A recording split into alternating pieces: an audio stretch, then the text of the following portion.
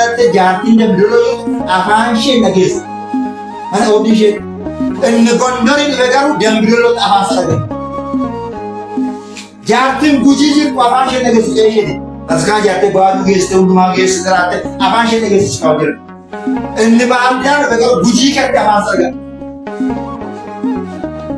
Agaa nurra jira ijoollee agaa gara geessan tokko taane agaa kana kaasu nurra jira. Agaa saba keenya burqaa keenya akkam keessaan gargaaru uummanni keenya bataskaan dhabu gammadaa dhaqee gammadaa galu nabi bu'aa dhaqaa bu'aa galu dhaqee abaara sanuun jala sanaa nututuuf nusalphisu nuqaanessu diinni keenya nama isaan irra goree diina saba Oromoo lolutu jira. Kanaaf kun tokko taane diina kana buqqisuu qabna. Diina namarra goree saba keenya eebbisaa nurraa fuula buluun kaa'e. Amma guddaan waggaa sadeen irra boqonnaa. Abbaa nan jedhamu. Ijoollee koo yoo irratti agarsiisa. Oromoonis yoo irratti agarsiisa. Maayini jedhu kasaan jedhu. Uummanni Oromoo godaanaa biyya lafaa ta'e. Maayini biyya lafaa irratti Keessa kan bataskaana ijaaree bataskaana keessa ari'atama. Gaabbii galee qorroo hin samiitti immoo gennata kee alamee gaannu hin jiraatu.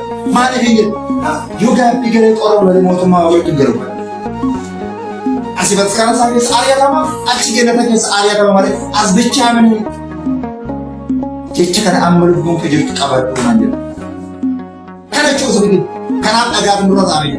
Tokko taana nama dhagaa kana kaafnee saba keenya burqaa mana amantaa sana keessa burqaa lafa eebbuu waaqayyoo nama burqa haalli waaqa lafa qulqulleetti diboromaadhaan eebbishee ergamoonni qulqullinni fannoon taabot bakka raajoon hundumtuu rukidaanii diskidaanii bakka burqu sana dhagaa sana irraa kaafne bilisummaan dhaloonni keenya akka itti dhaqee gargaaramuuf akka dhuguuf tokko taana dhagaa sana kaasu yoo tokko taana dhagaa sana kaasu tajaajila sana Gooftaan nama ergee dhagaa sana kaasan. Gooftaan nama ergee ramuu. Gara Yohaannis boqonnaa muraasa lakkoofsa 39 dubbistamani gaafa Alaazaar du'e. Alaazaar isa lafa hin geenye eenyaa eebbaya. Duum Alaazaar isa lafa.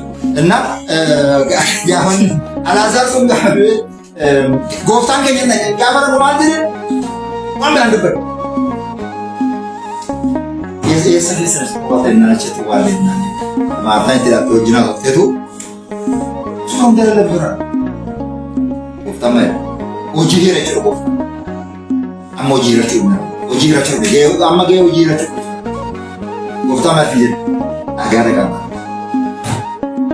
Dhagaa dhagaa. Gaafa gooftaan ajaja kennu qajeelfama bumma waaqummaa isaa kennu dhagaa irraa kaasaa gaafa inni jedhu mormeen gahu. Eessaa nama mormeen? Obboleettii isaa bira. Nama ormaa biraa bine obboleettii isaa biraa mormeen gahu. Inni waa jaayiraatu.